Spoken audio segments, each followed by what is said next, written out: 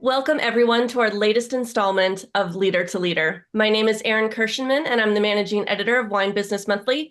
And today I am absolutely delighted to be joined by Deborah Parker Wong, a writer, editor, educator, judge. There's really nothing that she can't do. Thank you for taking some time out to be with us today, Deborah. Thanks so much, Erin. It's so great to be here and to talk with you today. I'd like to dive in just very quickly into all of the work that you have done for the wine industry. You've been writing about wine since 2004. You're the global wine editor for Somm Journal and a contributor to Tasting Panel magazine. You write mostly about sensory science, technology, and trends, and you've definitely done quite a bit of that for us over at Wine Business Monthly. In 2020, you were named the national editor for the Slow Wine Guide United States, the nation's only annual guide to eco-friendly wineries in California, Oregon, Washington, and New York. I think I've got all of them. Yeah, you did. And just this year released the seventh edition with more than 400 wineries included. Also, in this last year, you've launched an associate's degree in wine studies with Cabrillo College down in Aptos in the Central Coast. And you're also teaching at Santa Rosa Junior College and now with San Jose State University. And then, of course, in addition to all of this and the very limited amount of spare time I'm sure you have, you're also pursuing a master's in viticulture and enology with a focus on sensory science at California State University, Fresno. My gosh. You've got quite a bio there. So I've listed off some of your accomplishments, but why don't you tell us, how would you describe yourself? Who are you? I always say I was a gig economy before there was a gig economy. I've always been sort of entrepreneurial.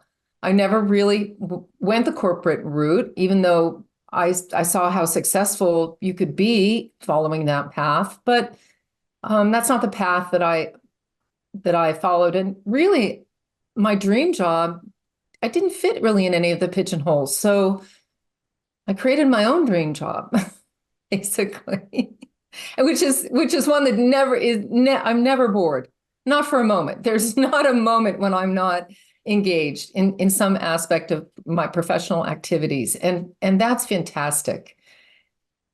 And it's all of these different activities that you're engaged in. I mean, from editing the Slow Wine Guide and your influence in the sustainability movement to teaching the next generation of students, which title do you think best describes you as a leader and what you hope to accomplish with your career in the wine industry?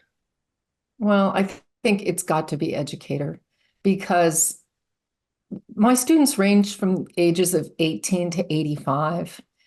And I learn I learn from teaching them. And in turn, I model behavior. First and foremost, I am a role model for moderate consumption and professionally responsible consumption of alcohol. That's really very important.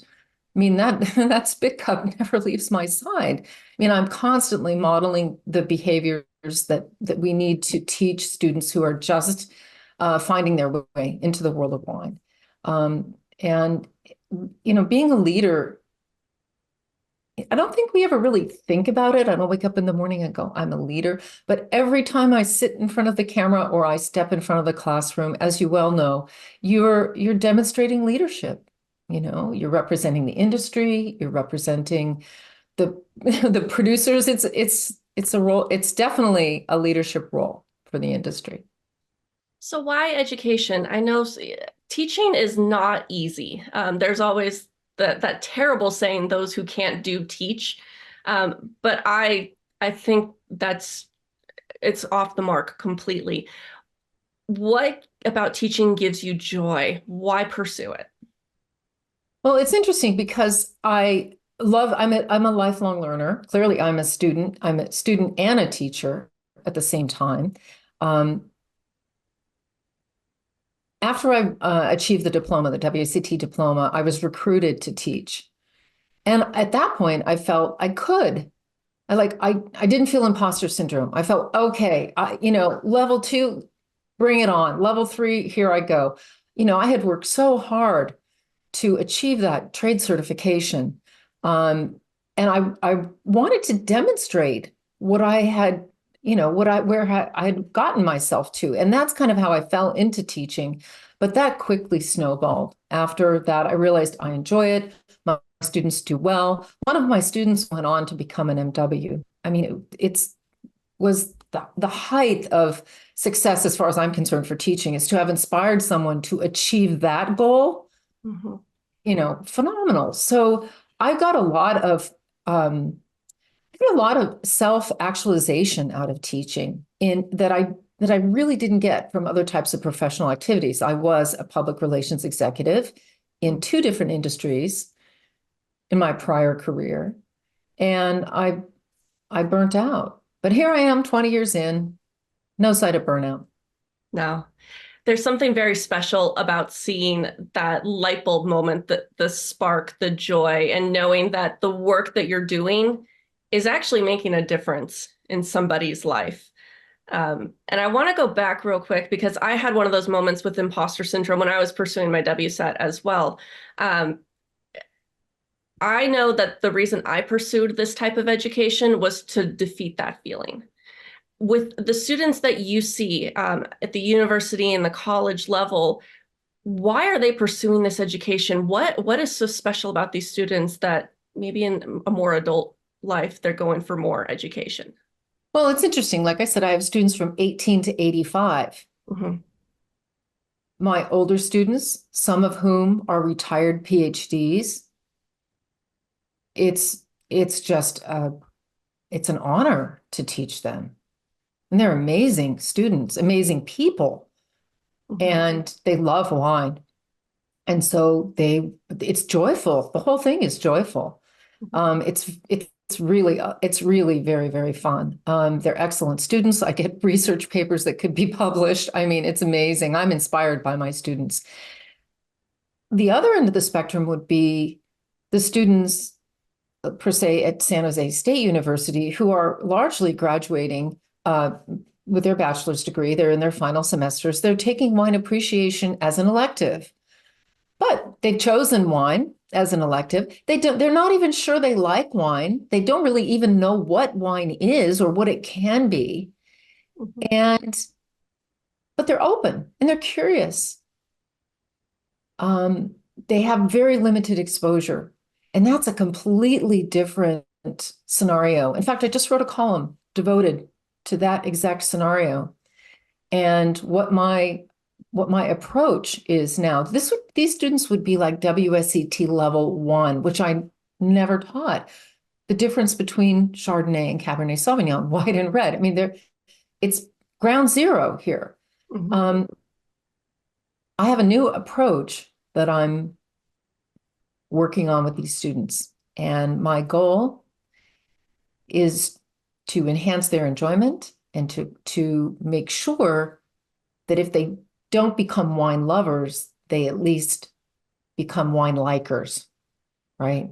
They at Mhm. least find a wine that they like and that they are really happy about, right? And I'm telling you right now, it's not dry wine. That's not surprising, and I maybe we can amplify it for everybody listening here. It's not dry wine. They're not going to start drinking very tannic Cabernets right off the bat. Well, they do have a glass of Barolo put down in front of them for a food and wine pairing exercise. Ooh. And I laid my foundation very carefully. I teach sensory physiology. I teach um, food and wine pairing. I do a little history, a little wine history for the history buffs before I start bombarding them with flights of wine. And I'm really glad that I do take my time before I get to, France, Italy, Spain, where we start doing the tastings, because now I can adapt. And I've turned my curriculum end up. I am showing them wines with residual sugar from key varieties and side by side with their drier counterparts from the same grape variety. It's a completely new strategy for me with That's these young exciting. students. What is some of the feedback that you've gotten from them? I mean, Well, some light bulb moments. well, it's a work in progress. And the feedback that I've gotten from them thus far is when they were presented with a Vietti Moscato d'Asti, a very charming wine. 99.9% of the class said it was their favorite. So, and they've also answered quite a few discussion assignments about aromas, the smells of their environment, and the aromas and flavors in wines they like based on the exposure they've had thus far to wine. So I know quite a bit about them already, and I'm really excited to see how the semester unfolds because it's going to taste very different from what I planned. I want to build on that a little bit though, because I love that you're saying you're adapting your coursework to meet the students where they are. And that's something that I think just in general as a marketing thing, we need to do more of in the wine industry. But you've also built a lot of wine studies programs, specifically the one that just came out for Cabrillo College. Can you walk us through how you put that together? What were you thinking about? What were some of the challenges? And just generally what you were hoping to achieve with a wine studies course like this? Yeah. Thanks for asking, Erin, because I'm so excited to talk about it. I've taught at Cabrillo College since 2015. The former director of the program there, Sue Slater, hired me to develop a wine defects class for the school, which I did, and is also now taught at Santa Rosa JC as well, too, which I teach. So I've been teaching at the school for a while. I mean, for 5 years, from 2015 to 2020, off and on, right? Um, until I enrolled in graduate school. Mm. Then I took a look at Cabrillo's program and I said, wow, time for an overhaul. None of the courses were transferable to four-year schools or CSUs, California State Universities, or the university system. Students couldn't matriculate out of the program. There were certificates, there were a number of different certificates, but the units were not transferable. And so matriculation became like the driving motivation that if students were going to take these wine classes, and I was teaching my heart out. I do teach my heart out for these students. I want them to take it with them. I'm teaching them sensory. I'm teaching them the WCT rubric. When they're done with the 11 classes, I teach 8 of the 11 classes that we offer in the associate degree program. They have skills and they're ready. They are ready to leapfrog into a 4-year program. They will go in just, completely ahead of the curve. And that's the whole point. It's just as a student myself, matriculation has been a priority for me. And I know I'm transferring skills to students. I know that they have skills. They get jobs in tasting room. One of my students is now a wine buyer at Spanish Table. I mean, they do all kinds of great things with what they've learned in this program. And so enabling them to go to Cal Poly or Fresno or Sonoma State or Davis or anywhere, anywhere they want to transfer to study wine or internationally for that matter, they'll really have a very solid foundation. Oh, that's so wonderful to hear. To know that there's the option to gain that interest at I don't want to say more cost efficient level, but in a more exploratory way, and find an introduction to wine that touches on all of the fun of it, the sensory analysis. I think that we kind of get lost and forget that that's what's exciting about wine is holding it up to your nose and smelling all the beautiful smells. The way it smells and tastes. Yes, that's Exactly, right? It's what I love the most about wine myself personally. So, but what I see students finding that we're attracting students from other departments, chemistry, horticulture, biology, because wine has all those disciplines, all those practices. So we bring students into the program, and you know how wine is, Erin. You get a taste of it. It's like you're bitten by the bug. You love it. You find a role. You find a way. We also teach them about the different job opportunities and the different professional roles that exist within the industry, which most people don't know really. Outside of winemaker, they don't really know what other types of jobs are you could do to work in wine. So, one student went off and works for a distributor very successfully as a sales rep for a distributor. Another one's a buyer. Someone else is matriculated even on to UC Davis. So it's really very exciting. Wonderful to hear. So one of the things that I love about this next generation of people entering the wine industry is that they tend to be a little bit more sustainability focused. And sustainability kind of gets this rep of, oh, it's just, voodoo stuff we do in the vineyard, when you and I know it's the complete opposite, right? It is the whole picture. It is the long-term viability of the industry. That's why I have such an appreciation for it. But I would love to hear from you, Deborah. What piqued your interest about the Slow Wine Guide and focusing on those wineries?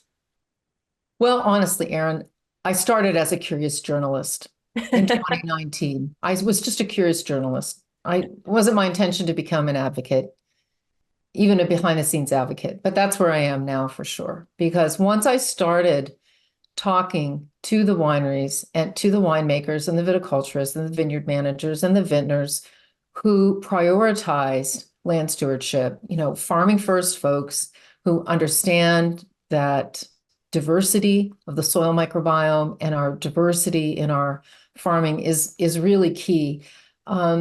I heard those messages really loud and clear. And the guide, we're in our 7th edition now, and the first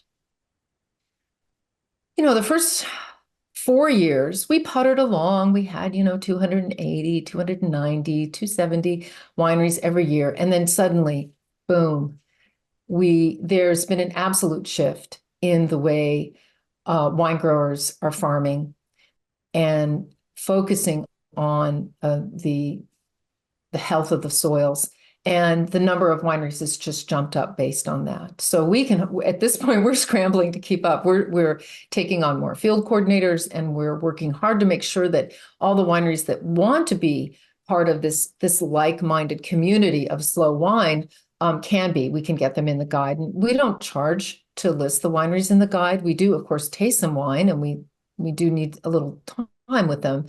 But it's really been very much a labor of love, I would say, for all the contributors and my co-editor, Pamela Strayer, who's absolutely brilliant, very, very essential part of the team. I mean, certainly together, Pam and I have built the guide up over the last several years since our first standalone edition in 2021. And you're just going to keep building it up. I mean, I was looking at the list of wineries, and the information there is just absolutely wonderful for anybody who's curious to learn about this. I look at it all the time. I'm putting together master classes right now for an event with the Santa Cruz mountain wine growers with Cabrillo College, and I was just using the guide to invite the winemakers to have me pour their wines in the master classes and things like that. So all the information's right at my fingertips. We could almost joke you did it more for yourself than anybody else, right? Handy reference, I like that. So sustainability is one of the areas the wine industry really is making quite a bit of progress. I'm curious to you, is there any other area that you think the business needs to pay more attention to help kind of move the needle and progress a little further? Well, I certainly, sustainability is complex, right? There are many pillars of sustainability, depending on who you talk to. I believe there are 6, but under the umbrella of slow food, slow wine lives under the umbrella of slow food, the international movement. And I think there's, wine is sort of like the poster child. We're very visible, we're a smaller industry than some of the other agricultural sectors. And so people can focus on us, and winemakers are quite visible. So, I think wine can be an important leader for the agricultural sector at large, because when my students, and some of them, when I ask them about their beliefs about what the word sustainability certification should mean, they will respond and say, well, some of them will say, why do you care about weeds? What about solar? What about carbon sequestration? What about water, resource management and resource conservation? And what they fail to see is that it's not just the wine industry. The whole idea of of soil health and land stewardship extends to all agriculture. And when you break it open for them and you show them, oh, well, the bread you ate is made from wheat that was doused with glyphosate right before it was harvested, and that and thus that synthetic chemical is in your body. And when you start to explain um, the scale of this issue, the light bulb goes on and they get it. But when you just talk about it in the context of wine, it comes up against these other objections. So when we don't look at land stewardship at the expense of other aspects of sustainability, we look at it as the foundation for the rest of your sustainability initiatives. And absolutely the wineries in the guide pursue a lot of them. And I'm so proud of the work that they do. They are definitely, sustainability citizens and superheroes in that regard. I mean, they're working it across the board. But we look at soil health as the lowest possible bar, and to try to convey to students that it's not, it's much bigger than wine is the most important thing. So they begin to see how big ag and agriculture operates, and why we should care about weeds. Right. Among many other things as well, right? We start with weeds, we start with soil management, work our way out and build into a more sustainable being. Absolutely. And, not, like I said, not at the expense of water or resource conservation or solar or carbon or, reducing packaging, all the things that we talk about in wine. We talk about them all in the same sentence. It's just we have to start somewhere. And so we start, of course, with our Mother Earth. Love it. All right, I'm looking at our time, and I don't want to forget kind of the core of what started this whole project, this video series, is really just understanding leadership. And right, we touched on it a little bit, right? But I want to hear from you, Deborah. What do you think makes a great leader? How do you define it? Someone that really doesn't deviate or is not distracted from from their priorities and what they believe is important. It's very easy to, become distracted and run after different things. And I think just staying with it, staying focused, you know, having short and long-term goals that you can achieve, and, really understanding yourself and what's important to you. What are your priorities? Particularly related to our environment, the well-being of the people who live and work on the land. For me, that's been a really important thing, and just not straying from that and just plugging away. It's the day-to-day work, and also having some goals too, and being able to set the bar high for yourself and demonstrate that through your actions, not just through your words, because I think as a journalist, largely those are words, right? But the work that I do on the guide and the teaching work, those are actions. And so putting what you think and say into practice. I absolutely love that. Tell me, what would you say to someone? Can you share a habit or a practice of yours that you engage in day to day, that plugging away that helps attribute to your success? Well, I prioritize my well-being. I finish Talk about sustainability right there. yeah. Yeah. I finished my workout right before we got together to talk today, and I'm really fortunate. My husband and I work out together, and it is it's a great way to help manage stress and to be strong both physically and mentally when things get tough. Because, hey, life throws you a monkey wrench every now and then, and you've got to be able to respond. And physical and mental strength have really helped me. Also, I have less jet lag. So, That's always helpful. Upsides, upsides to the workout. So thank you for saying monkey wrench because life is never perfect. Life is never a series of successes. You always have some sort of setback or failure. Can you tell me about one of the times you had a setback or a quote unquote failure and how you came back from that? Oh, yeah. Yeah, absolutely. I would say that, it was earlier on in my career, but I was really very naive. I think not being prepared. It's the old statement. Success is 99% preparation, right? And not being prepared for things and just thinking you can just get by being courageous or by, just by showing up, right? And I think those were some of my really my rookie mistakes were just not putting in the work and doing the preparation. Of course, I remedied that over time, but I think we fail forward.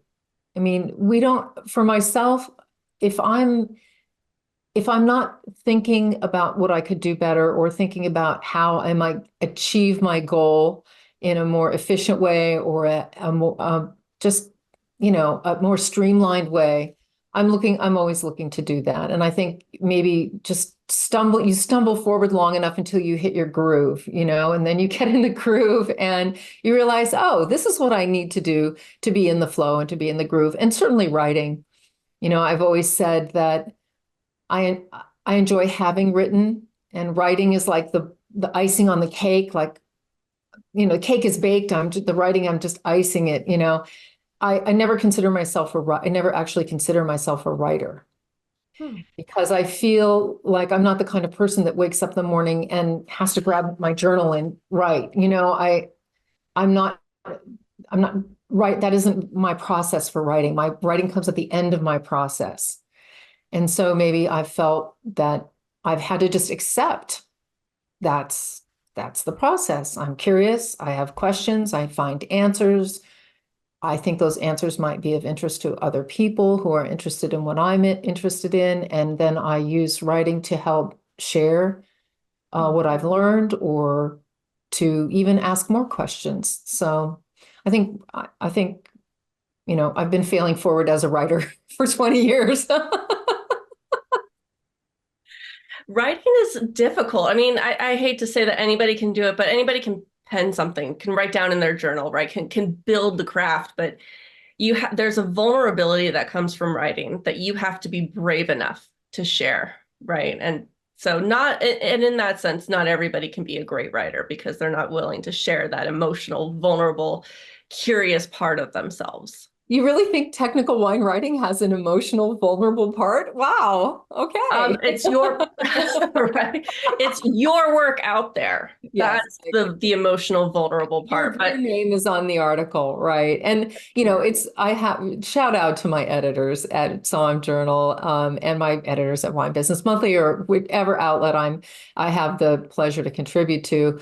Um, you know, you make us sound really good. So we writers are grateful for our editors, and I have to a big shout out for that because I know I sound better than I am. because you gave us good material to work with. All right, I have one final question for you, Deborah. I just want to know who inspires you? Was there somebody in the industry that you looked up to when you got started, when you were making those rookie mistakes, or is it today somebody continuing to push forward? Yes. Oh, there's absolutely people in the industry that have inspired me. And I'm delighted to name them. I'm going to say Karen McNeil. I mean, the Wine Bible was the first wine book I ever studied from. Also, some important people in Master Sommelier in the sommelier community, Evan Goldstein, Tim Gazer. Those were the folks that I first met in 1991 when I began my wine journey, my formal wine journey of studying wine. And I started in the court, and then I shifted gears to WCT. But also, the folks that I've worked with for 20 years, Meredith May. I have the greatest respect for her. We've collaborated for 2 decades. It's the longest professional relationship of my life, and it's one I really value. So, shout out to all those folks. The gratitude is endless. Well, and shout out to you. You were one of the first people that I met in the industry as well. So I have you to thank for my career because you were setting the example of a woman who can do it, who can be a journalist in the wine industry, who can ask the questions, who can go and educate and teach. And so I just want to thank you for not only being that example, but also for even taking some time out today to talk with me. It's been really fun. My absolute pleasure, Erin. Thank you. Thank you, everyone, for tuning in. You can view all of our interviews in the Leader to Leader series on our YouTube channel and on winebusiness.com.